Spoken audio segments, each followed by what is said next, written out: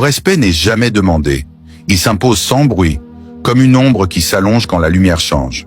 La plupart cherchent le respect en parlant plus fort, en se mettant en avant, en jouant au dominant, et finissent bêtes par obtenir l'inverse. De la résistance, de l'irritation, ou pire encore, de l'indifférence. Les esprits faibles réclament le respect. Les esprits puissants le déclenchent. Tu vas maintenant découvrir 9 astuces impitoyables. Non pas pour écraser, mais pour modeler subtilement la perception que les autres ont de toi. Pour que ton simple silence, ton regard, ton attitude suffisent à réajuster les comportements autour de toi, sans conflit, sans menace, sans bruit. Des leviers psychologiques précis, presque invisibles, qui forcent naturellement les autres à recalculer la manière dont ils te traitent. La première astuce ne se voit pas, ne s'entend pas, mais change tout. Elle agit comme un champ magnétique. Si tu la maîtrises, l'énergie autour de toi se réorganise. Tout commence par ta capacité à ralentir. Astuce 1. Ralentis tout ce que tu fais. Même quand tout le monde s'agite, toi tu deviens le point fixe, le centre immobile dans la tempête. Parce que dans l'inconscient humain, celui qui se déplace moins vite, celui qui parle lentement, celui qui ne se précipite jamais, est perçu comme plus sûr de lui. Plus haut dans la hiérarchie. Les prédateurs ne courent pas après chaque mouvement. Ils observent, calculent, choisissent. Les leaders ne remplissent pas l'espace avec des gestes nerveux. Ils imposent par la lourdeur de leur calme. Alors tu vas ralentir ta respiration, ta manière de tourner la tête, ta façon de t'asseoir. Tu vas enlever toute agitation dans ta gestuelle. Tu vas parler moins vite. Tu vas marcher plus droit, plus posé, comme si tu avais toujours 3 secondes d'avance sur tout ce qui se passe. Ce ralentissement signale que tu n'es pas dominé par ton environnement. Tu le contrôles. L'effet est immédiat. Les regards changent. Les gens ajustent leur ton avec toi. Et sans avoir dit un mot, tu récupères ton espace. Et justement, l'espace est la deuxième arme. Astuce 2.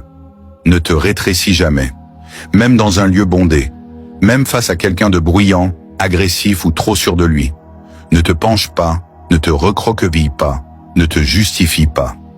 Occupe l'espace que ton corps mérite, sans exagération, mais avec exactitude.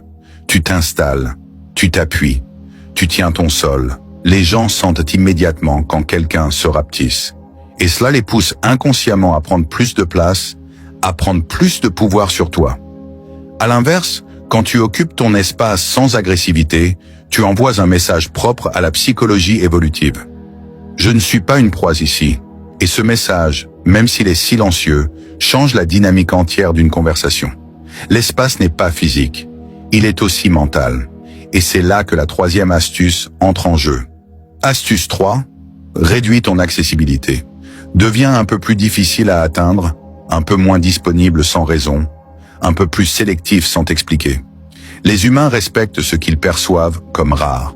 Ils négligent ce qu'ils perçoivent comme acquis. Tu vas commencer à répondre moins vite, à accepter moins de demandes automatiques, à laisser les gens attendre un peu avant d'obtenir ce qu'ils veulent de toi. Tu vas dire non, plus souvent, mais avec douceur, avec calme, sans justification.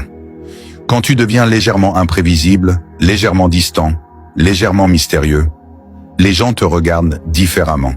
Tu n'es plus celui qu'on sollicite sans réfléchir. Tu deviens celui dont la présence compte. Et quand ta présence compte, ton absence aussi. C'est là que tu récupères un pouvoir énorme. Mais la quatrième astuce est encore plus puissante, parce qu'elle touche au cœur même de la hiérarchie sociale. Le langage des micro-réactions. Astuce 4. Ne réagis jamais immédiatement. Quand quelqu'un te critique, te provoque, te bouscule psychologiquement, te teste, observe ton visage.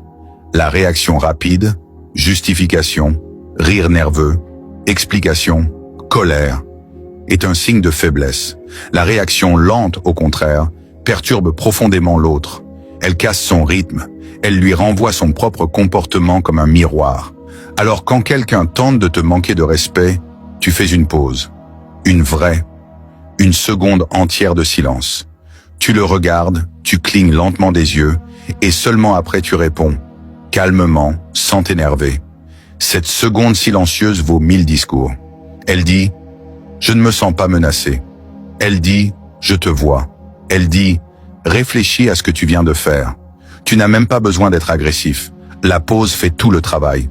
C'est une technique utilisée par certains négociateurs professionnels parce qu'elle crée un inconfort psychologique subtil qui force l'autre à réévaluer ses propres mots. Et justement, la manière dont tu regardes les gens peut être ton arme la plus douce, mais la plus incisive. C'est la 5e astuce, l'art du regard neutre. Astuce 5. Le regard neutre, long, contrôlé. Pas un regard agressif, pas un regard perdu, pas un regard fuyant. Un regard posé, calme, stable, ancré dans la personne. Quand quelqu'un t'interroge, te provoque ou tente de s'imposer, tu tiens son regard pendant un petit peu plus longtemps que la normale. Pas assez pour paraître bizarre, juste assez pour créer un léger décalage qui modifie l'équilibre psychologique. Un regard posé dit « Je ne joue pas selon tes règles, je ne suis pas pressé, je suis ici, entier ». Les gens respectent instinctivement ceux qui ne brisent pas le contact visuel trop vite. C'est un indice ancestral de force mentale et de stabilité émotionnelle. Et tu vas renforcer cet effet avec la 6e astuce, qui est probablement l'une des plus efficaces pour t'imposer sans jamais élever la voix. Astuce 6. Pose plus de questions que tu ne donnes de réponses. Dans une société où tout le monde parle pour être entendu, celui qui écoute profondément devient celui qu'on respecte. Pas celui qui écoute comme un soumis, celui qui écoute avec attention, avec intention, avec présence. Quand quelqu'un parle, tu ne coupes pas. Tu ne te précipites pas pour raconter ta propre histoire. Tu demandes « Et ensuite, pourquoi tu penses ça? Comment t'en es arrivé là ?» Cette technique donne l'illusion que tu valorises l'autre. Mais en réalité, c'est toi qui prends le contrôle. Tu deviens celui qui guide la conversation, celui qui dirige la profondeur du dialogue, celui qui fait réfléchir l'autre. Les personnes qui posent des questions gardent toujours le pouvoir. Elles orientent, elles sondent, elles replacent la dynamique sur leur terrain. Et quand tu maîtrises ce terrain, tu n'as même plus besoin de t'imposer physiquement. Ton intelligence sociale devient ton armure. Mais il y a plus discret, plus raffiné, plus machiavélique. La 7e astuce. Astuce 7. Utilise le silence comme arme de cadrage. Quand quelqu'un te demande quelque chose, fais ce que les gens puissants font instinctivement. Marque un silence avant de répondre. Pas un silence long, un silence de réflexion, un silence qui dit « Je choisis si cela mérite mon énergie ». Ce micro-silence place l'autre en position d'attente, et toi en position de choix. Le silence n'est pas un vide, c'est un espace où tu reprends la main. C'est dans ce micro-espace que les perceptions se renversent. Tu n'es pas celui qui réagit, tu es celui qui décide. Et ce pouvoir se renforce avec la 8e astuce, celle qui touche à ce que les gens ressentent en ta présence. Astuce 8. Cultive un calme inquiétant. Le calme est souvent perçu comme quelque chose de doux, de passif, d'inoffensif. Mais il existe un autre type de calme, celui qui vient de la maîtrise, de la discipline, de l'absence de chaos intérieur. Ce calme-là dérange, il attire, il impose. Tu vas devenir ce genre de calme. Quand les autres paniquent, toi tu ralentis encore plus. Quand les autres parlent fort, toi tu baisses le volume. Quand les autres s'énervent, toi tu regardes, tu observes, tu n'es pas affecté. Ce calme fait perdre leurs moyens à ceux qui tentent de te tester. Il les fait hésiter, il les pousse à baisser d'un ton, parce que ton calme leur renvoie à leur propre agitation, et l'être humain déteste se voir fragile. Et finalement, la 9e astuce est celle qui donne du poids à toutes les autres. Elle est invisible, mais c'est elle qui te rend réellement intouchable. Astuce 9. Et toujours une ligne rouge silencieuse. Personne ne doit savoir exactement ce qu'elle est. Personne ne doit savoir jusqu'où on peut te pousser. Mais tout le monde doit sentir qu'il y a une limite. Tu ne l'expliques jamais. Tu ne la décris jamais. Tu ne la défends jamais verbalement. Mais quand quelqu'un la franchit, tu changes immédiatement ton attitude. Ton ton devient plus froid, ta présence plus distante, ton regard plus serré. Tu n'exploses pas, tu ne cries pas, tu retires simplement ton énergie. Et l'autre le ressent. L'être humain est profondément sensible aux changements subtils. Il sait quand il a dépassé une limite. Et quand cette limite n'est pas négociable, il apprend très vite. Tu connais maintenant les 9 astuces, mais en réalité, Ces astuces ne sont que des leviers. Des leviers isolés ne donnent jamais du pouvoir. Ce qui donne du pouvoir, c'est la manière dont tu les combines, dont tu les tisses ensemble pour créer une présence que personne n'ose tester. Le respect ne vient pas d'un geste, d'une attitude ou d'une parole. Le respect vient de la cohérence. Et cette cohérence, tu vas la construire maintenant. Parce qu'il existe une règle que Machiavel répétait implicitement dans chacune de ses stratégies. L'être humain ne respecte pas ce qu'il comprend. Il respecte ce qu'il ne peut pas entièrement cerner. Tu dois devenir cette équation légèrement opaque, ce mystère calculé, cette présence dont on ne sait jamais s'il faut la sous-estimer ou s'en méfier. Tu vas découvrir comment assembler ces 9 leviers pour créer une tension silencieuse autour de toi. Pas une tension agressive, une tension d'attention. Une tension qui fait que les gens te parlent avec plus de soin, te regardent avec plus de prudence, se comportent avec plus de considération. Le premier pilier du respect discret, c'est la maîtrise du rythme. Quand tu ralentis, tu imposes ton tempo. Tu forces les autres à s'adapter à toi, pas l'inverse. Et c'est ce que les leaders naturels font. Ils ne suivent pas le rythme du groupe, ils l'imposent par leur calme. Mais ce calme ne doit pas être passif.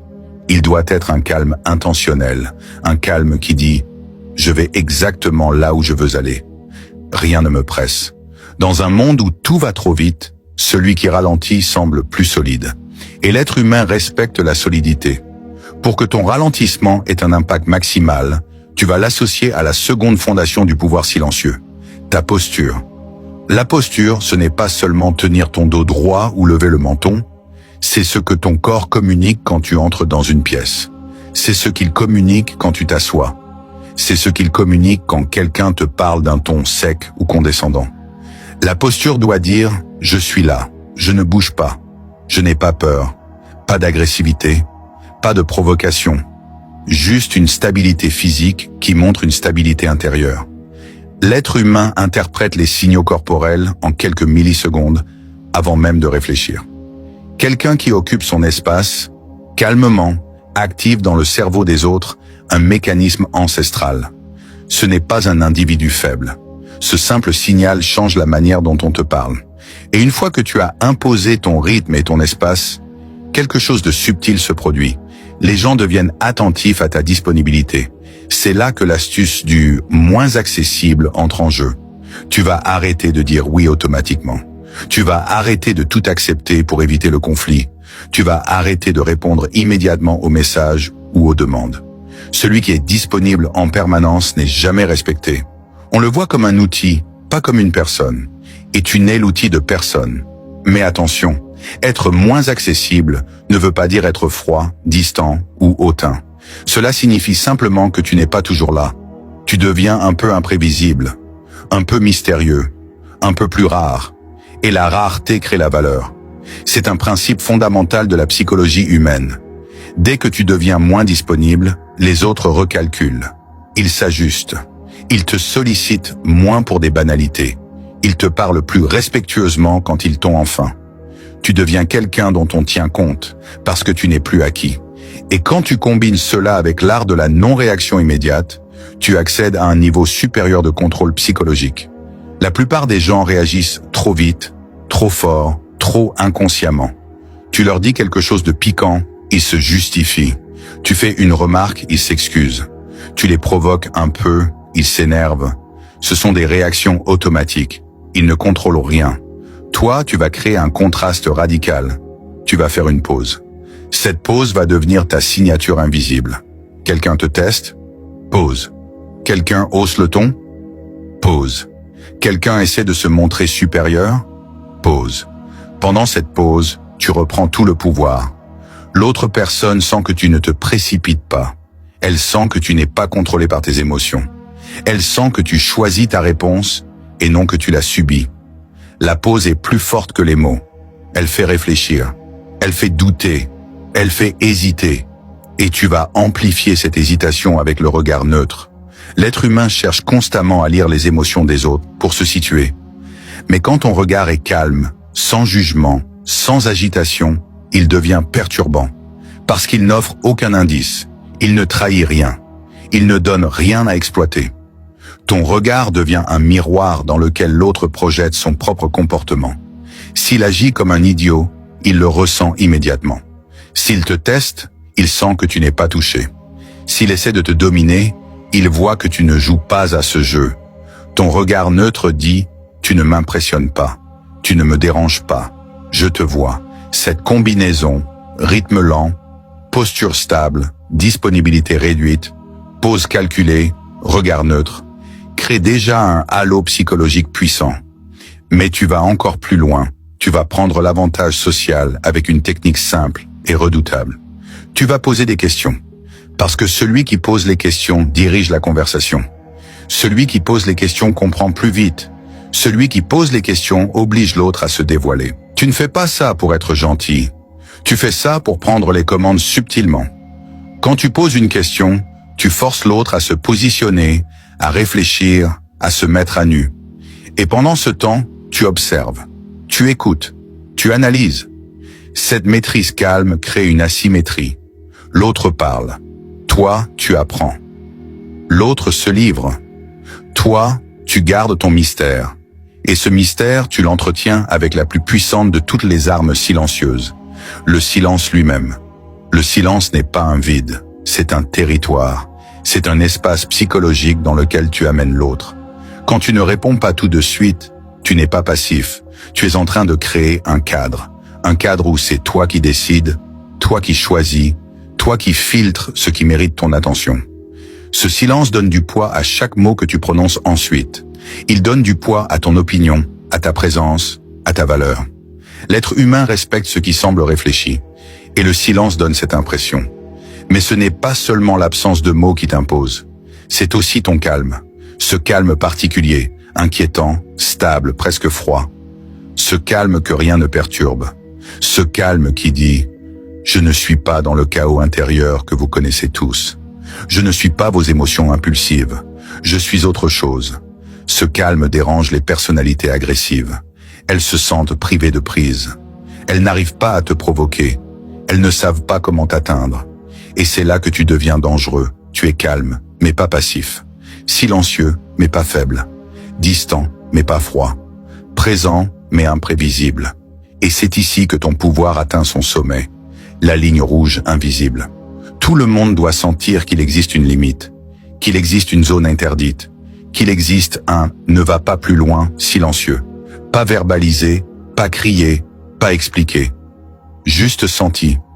Et comment la faire sentir? Par un changement subtil de comportement. Tu arrêtes de sourire. Tu arrêtes de répondre rapidement.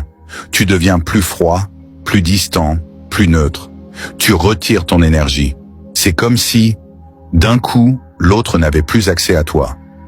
Plus accès à ton regard. Plus accès à ta chaleur. Plus accès à ta présence. L'être humain ressent ça comme une perte d'équilibre psychologique, une perte de connexion. Et personne n'aime perdre ce qu'il croyait acquis. Cette ligne rouge silencieuse fait plus qu'un discours agressif. Elle éduque les gens, elle marque, elle impose. Et quand tu combines toutes ces tactiques, quelque chose de remarquable se produit.